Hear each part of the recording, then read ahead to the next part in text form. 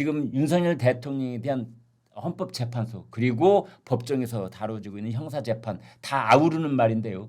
양쪽에서 지금 제공되고 있는 이 증거들은 오염된 증거, 오염된 증언의 토대를 두고 있다는 말인데요. 그게 넘어가기 앞서서 잠깐 드릴 말씀이 있습니다. 지금 이제 임기에 자녀 임기에 연연하지 않겠다. 이제 이 대목은 사실은 개헌하고 이렇게 맞물릴 수밖에 없는 그런 이제 발언이 될 텐데 만약 하게 된다면 이 개헌에 관해서는 우리나라에서 이 개헌 발의를 대통령이 할 수 있습니다. 그러니까 국회의원 과반 재적의 과반 이상이 발의를 할 수가 있고 아니면 혹은 대통령이 발의를 할 수 있습니다. 그 다음에 그 발의된 개헌안은 국회의원 재적의 3분의 2, 200명 이상이 찬성을 한 다음에 그 다음에 또 국민 투표를 거쳐야 합니다. 그래서 개헌은 3단계가 있습니다. 대통령이 발의해야 되고 국회에서 3분의 2 통과해야 되고 국민의 절반 이상이 투표해서 절반 이상이 찬성을 해야 되고 이 3단계를 거쳐야만 비로소 개헌이 이루어질 수 있는데 그래서 지금 말씀드린 것처럼 대통령이 개헌을 하려면 그렇습니다. 현직에 복귀해야만 개헌이 가능하다. 이제 이런 말들이 대전제가 되어 있는데 그러한 말들을 아라리콜콜이 대통령이 자신의 입으로 직접 말하지는 않을 것이다. 라고 지금 전원책 변호사께서 말씀해 주신 것이고요. 그다음에 이제 오염된 증거 지금 이 엄청난 얘기를 오늘 전 변호사께서 하시겠다고 지금 저희들한테 미리 예고를 해서 그 얘기로 넘어가 보도록 하겠습니다. 지금 오염된 증거라는 게 뭡니까? 예, 그 우리나라에는 네. 아직까지 정급법에 관해서 물론 뭐 2020년에 형사소송법을 또 바꾸면서 인권을 보장해 준 걸 보강을 했거든요. 네. 그래서 뭐 그것이 이번 헌법재판소에서 제대로 우리는 준용 안 한다. 우리는 네. 헌법재판 아니냐 이러니까 허영 교수님부터 아주 기가 막혀갖고 너희들이 지금 법 위에 있는 놈들이냐 네. 이 얘기를 하잖아요. 네. 그 재판관들도 다 허영 교수님의 교과서로 배운 아, 사람들 교과서로 아닙니까? 다 배웠을 거예요. 네. 예. 예, 저는 허영 교수님이 왜 대단한 분인가 하면요. 네, 재밌는 얘기 하나 해드릴게요. 언론의 자유를 강의할 때입니다. 칠판에 딱 들어서 언론의 자유 딱 이 쓰더니만 예. 밑에 백색 독재. 그게 무슨 뜻입니까? 백색 독재라고 해서 언론의 자유를 막아버리는 독재가 백색 독재잖아요. 백색 독재 딱 적어놓고 오늘 강의 끝. 그리고 여기에 대해서 의문 있는 사람은 나한테 개별적으로 물을 것. 나가버리시면 돼요. 내가 젊은이 쫓아갔어요. 예. 백색 독재가 도대체 뭡니까? 예. 그래서 교수님에게 따로 거의 한 2시간 동안 강의를 들었습니다. 예. 야, 특별 과외. 예, 그래서 나는 허영 교수님에게 정말 많은 그 은혜를 입은 사람인데 네, 헌법을 직접 제자시군요. 예, 제대로 배웠죠. 네. 헌법을. 가령 우리가 그 기본권 보장이 뭘 의미하는지를 사실은 헌법 교과서 보면 네. 대충 다 넘어갑니다. 그런데 기본권 보장이 헌법의 알파요 오메가다. 이 헌법에 절대로 못 빼는 것이 통치 구조는 얘를 수십 번 바꿔도 된다. 이건 네. 온갖 걸로 다 바꿀 수가 있다. 예. 네가 창안해서 새로 만들 수도 있다. 뭐 장작 루소가 헌법을 7개 나라 헌법을 써주다고 그러잖아요. 네. 그렇게 머리만 좋으면 뭐 헌법은 수없이 만들 수가 있는데 솔직히 나한테 헌법 쓰라고 하면 뭐 옛날에 갈봉근 교수가 아니라도 한태윤 교수, 갈봉근 교수가 유신헌법 만들었잖아요. 네. 그래 평생 무덤까지 그걸 안고 가버리는데 그분들이 아니라도 그분들이 장구한 시간 동안 그 유신헌법을 만들었어요.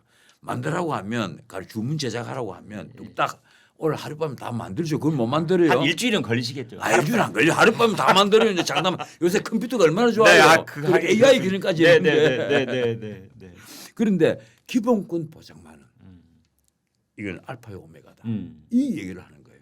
어떤 조항보다도 중요하다. 예. 야, 내가 그 말씀을 아직도 잊지를 못합니다. 네. 그리고 가령 그 기본권에 대한 법률 유보 조항이라든가 이런 데에 대해서 해석은 항상 인간 중심으로 해야 된다. 네.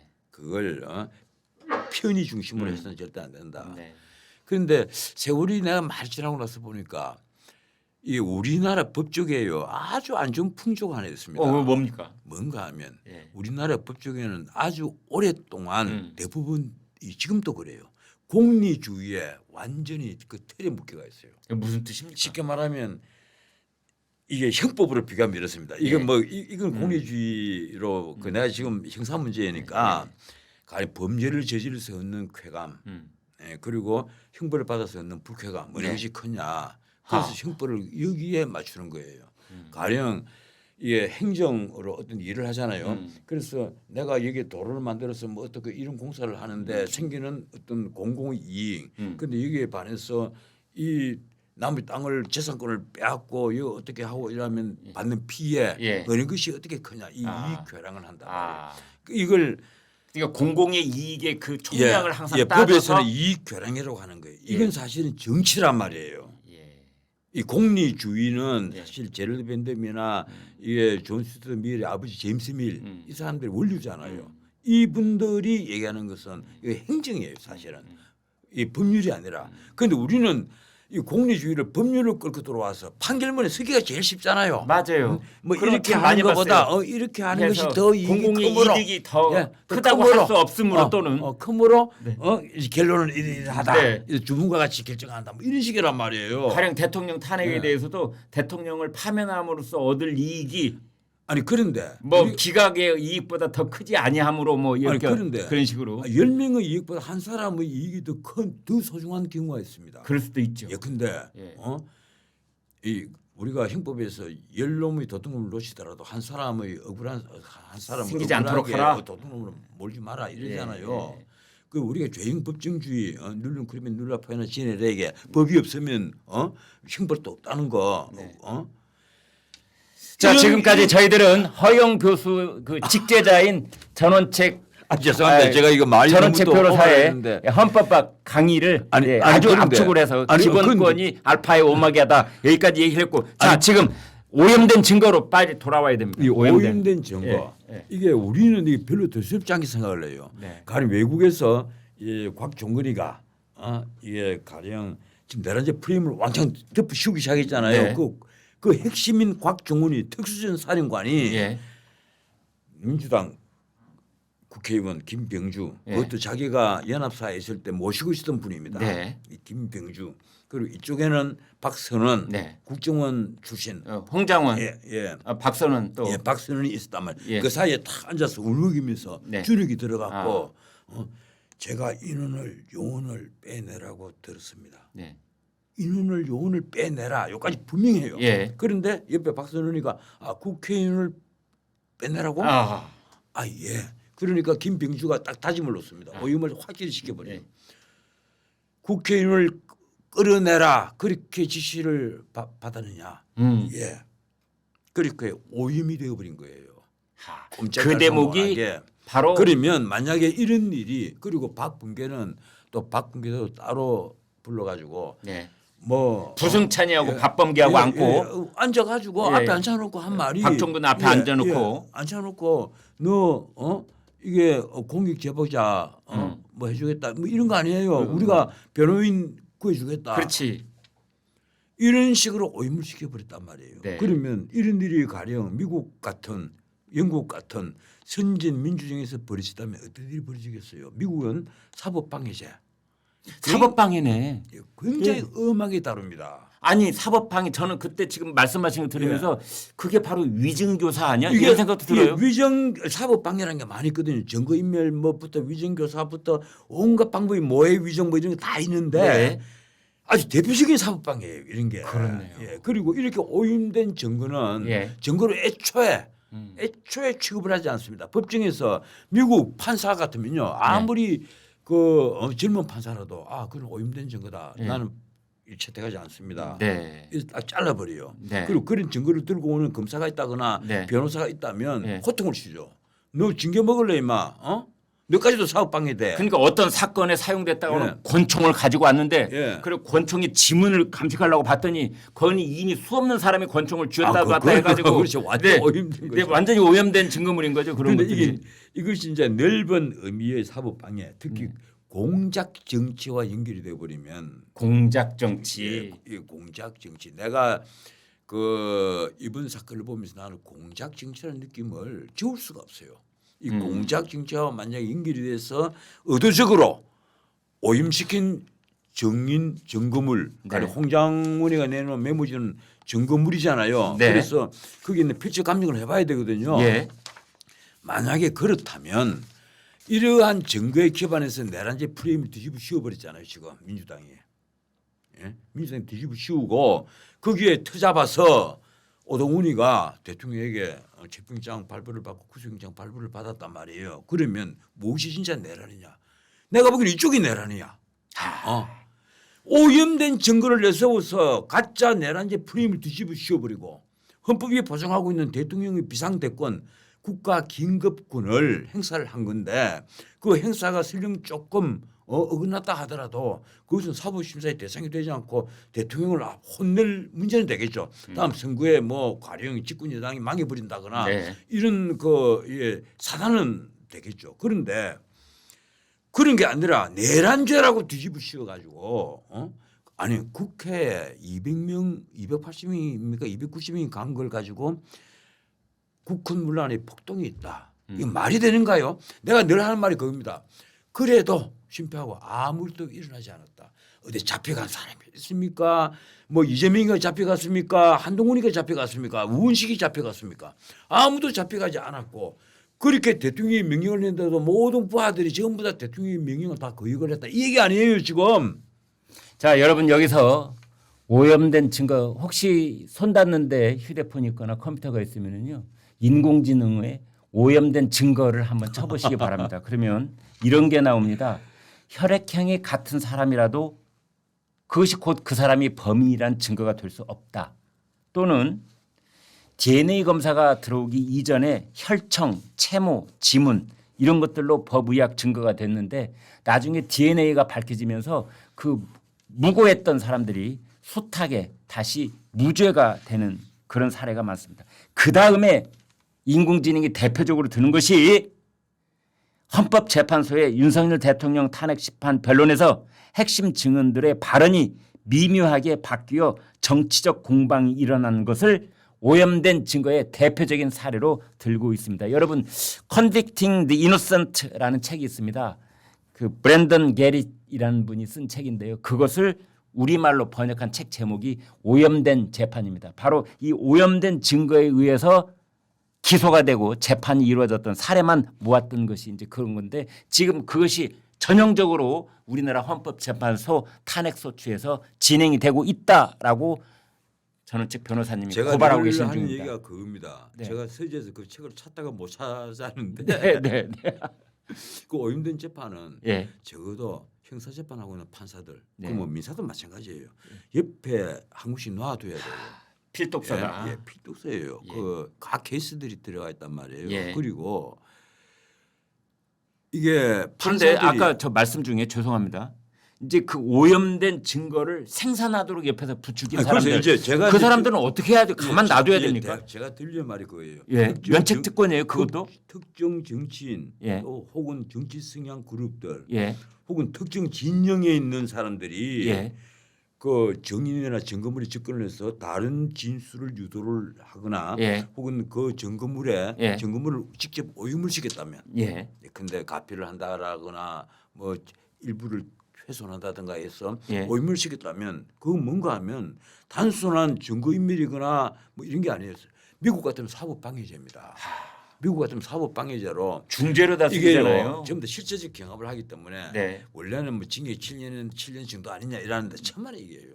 전부 다 실제적 경합을 하기 때문에 어지간한 사법방해죄는 징역 30년 그도 판사가 딱 붙입니다. 가석방 없는 징역 30년 이런 식이에요. 그러니까 본안 사건보다 오히려 더 중죄로 다스리더라고요. 사법방해는 이 예. 민주주의 기본 틀을 흔들어 버린단 말이에요. 네. 어떻게 지금 방금 그 이 비상계엄으로 출동을 한 이 병력 그 네. 280명이 출동을 했지만 네. 지휘관이 이 특수전 사령관이 있고 수방 사령관이 있고 그 다음에 707 이제 단장이 있습니다. 네. 그런 지휘관 중에서 곽중훈을 불러가지고 직접 현장에 간 것도 아니에요. 네. 장갑차 안에 있었던 친구인데 네. 이 곽중훈을 불러가지고 양쪽에 국회의원들 그것도 자기 옛날 상관이 앉아가지고 네. 애초에 그 전에 이미 전화 통화를 한 흔적까지 나왔잖아요. 우리가 위병소에 가면 네가 뭐 어떻게 해라. 그리고 들어가서 그리고 양쪽에 중간한 차로 양쪽에 앉아가지고 네. 답변을 유도를 했단 말이에요. 물론 그 전에 나는 꽤 맞췄다고 봐요 이미 말을. 네. 그런데 이게 곽종원이가 순진했기 때문에 처음에는 인원을 요원을 빼내라 이렇게 얘기를 들었다. 이렇게 얘기를 하니까 국회의원을 빼내라고 얘기 정정을 해주는 겁니다. 아. 이렇게 오임을 시키는 게 어디 있어요? 예. 예? 거기다가 예. 나중에 예. 이게 박범계 등은 변호인 구해준다는 이런 것까지 했다면 이건 전부 다 범죄. 이건 명백한 사법방해죄고 이거는 증거를 뭐 인멸한다라기보다 뭐라고 해야 됩니까? 모해 위증이라고 해야 됩니까? 이건요 보면 윤 대통령을 모해하기 위해서 위증한 거잖아요. 네. 내가 보면요 이걸 그냥 넘어갈 수는 없는 문제예요. 이건 그 내가 아까 공작정치라고 표현을 했는데 이 국민의힘에서도 아마 유상범 의원이 네. 유상범 의원도 법조인이잖아요. 네. 그분이 그 공작정치라는 표현을 아마 썼을 겁니다. 아. 내가 공작정치라는 표현이 내가 쓰고 나서 보니까 찾아보니까 유 의원도 공작정치라고 했더라고. 윤 대통령은 그걸 이제 탄핵 공작이라고 그랬고 예. 내란 프레임이라는 말을 이미 했었죠. 내란제 프레임을 그때부터 봉직적으로 뒤집으셨단 말이에요. 예. 사실은 그 전에 일부 신문에서 내란제 나는 사전에 다 사발통문으로 동거 아니냐는 생각을 해요. 일부 신문에서 이미 사내 칼럼에 내란 수괴라는 표현이 등장을 했습니다. 네. 그리고 그 이제 곽종원이 증언이 나오고 홍장훈이 메모가 나오고 나서는 본격적으로 신문 사설 사내 칼럼 그리고 모든 방송에서 이건 내란죄다, 내란 수괴다. 처음엔 내란죄 우두머리라 그런 요 사이 그 법률 용어를 안 썼어요. 내란 수괴다 이런 식으로 막 몰아붙였단 말이에요.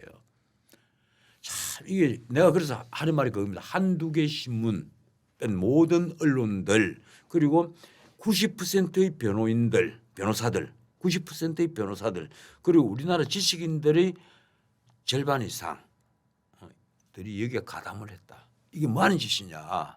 이게 과연 문명국이냐. 우리가 문명국이라고 자부할 수 있느냐. 나는 없다. 이건 우리는 야만국이다. 이 말씀을 지금 드리는 거예요. 명색이 1국의 국가원수이고 현직 대통령인데 수사권이 없는 공수처가 체포영장을 청구를 하고 구속영장을 청구했는데 그 구속영장을 발부한 판사는 하는 말이 아주 걸작입니다. 피의자는 증거를 인멸할 우려가 있다. 이 15자. 이거로 현직 대통령을 구속을 시켜버려요. 이게 뭐 하는 나라입니까 이게? 미국 같은 나라는 4번의 그 탄핵이 있었는데 3번은 하원 통과했죠. 그래서 상원에서 3번 다 기각을 시켰습니다. 그중에 2번은 제가 알기로는 오히려 그 대통령의 반대쪽 숫자가 더 많았어요. 네. 정당으로 구분을 하면. 네. 그런데도 기각이 됐습니다. 그리고 마지막 한번 리처드 닉슨은 주변에서 권했죠. 이대로 올라가면 상원에서도 사상 최초로 당신을 탄핵시킬 가능성이 있으니까 이거는 당신 때문이 아니다. 미국의 국격 때문이다. 이러니까 당신이 하야를 해달라. 그래서 하야를 하면서 얼마나 이 닉슨이 분했는지 이튿날 아침 헬기를 타고 갈 적에 헬기 올라타서 V자를 보였잖아요. 손으로. 네. V자를 보여서 그 사진이 뉴욕 타임스 일면에 팍 실리면서 아직도 반성하지 않는 닉슨. 이런 식으로 사진 제목을 붙였습니다. 네, 여러분 오늘 대한민국 대논객이자 우리나라 헌법 파괴 태도라고 하는 허영 교수의 직제자이신 전원책 변호사의 일갈 정말 사이다 같은 속 시원한 발언 쭉 여러분 함께 공유를 하셨는데요. 아무튼 헌법재판소가 제대로 된 재판소라면은 지금 윤석열 대통령에 대한 탄핵 소추안은 기각이 아니라 각하 되어야만 마땅한 일이다라는 점과 함께 그에 대한 근거를 지금까지 열변을 토해 주셨습니다. 오늘 말씀 너무너무 감사합니다. 예, 고맙습니다. 항상 들어도 너무나도 가슴에 큰 울림을 남겨주신 나는 우리나라가 야만국에서 벗어나서 제발 문명국이 되었으면 이게 자칫 잘못하면요 그냥 국격이 무너진다 우리는 말을 이렇게 하는데 네. 외국에서 어떻게 보겠어요. 현직 대통령을 구속을 시켜놓고 저렇게 파면을 한다. 근데 죄가 무슨 죄냐 보니까 비상계엄 선포했다. 허영 교수님이 딱 한 말이 그겁니다. 비상대권 국가 긴급권을 행사했다 해서 내란죄로 처벌받은 전례가 없다. 저도 그 말씀 듣고 내가 알고 있는 범위 안에서 다 찾아봤는데 없어요. 네. 중앙대학교의 이인호 교수는 그런 말을 했지요. 그 대통령이 가지고 있는 비상대권을 행사해서 그 이후에 있는 일들은 절대적인 면책에 해당된다고 봐야 된다. 저는 그게 미국 대법원 판례랍니다. 예, 저는 정말 윤 대통령을 비판하는 입장에 서 있었습니다. 네. 그런데 내가 지금 윤 대통령을 옹호하는 이유는 다른 게 아니에요. 우리가 문명국으로서 위치는 그대로 찾자. 거기에서 윤 대통령을 헌법이 말하는 테두리 안에서 공격을 하고 비판하고 해야지. 이게 뭐하는 짓이냐 이게. 그래서 지금 전원책 변호사께서는 결론처럼 우리나라의 거의 모든 지식인들이 공작 정치에 동조했던 것 아니냐라는 그 부끄러운 고백까지도 저에게 또 남겨놓고 가시는군요. 그 우리 둘은 그래도 아닌 것 같습니다. 아이고 고맙습니다. 예, 네, 고맙습니다. 네, 네, 네, 네.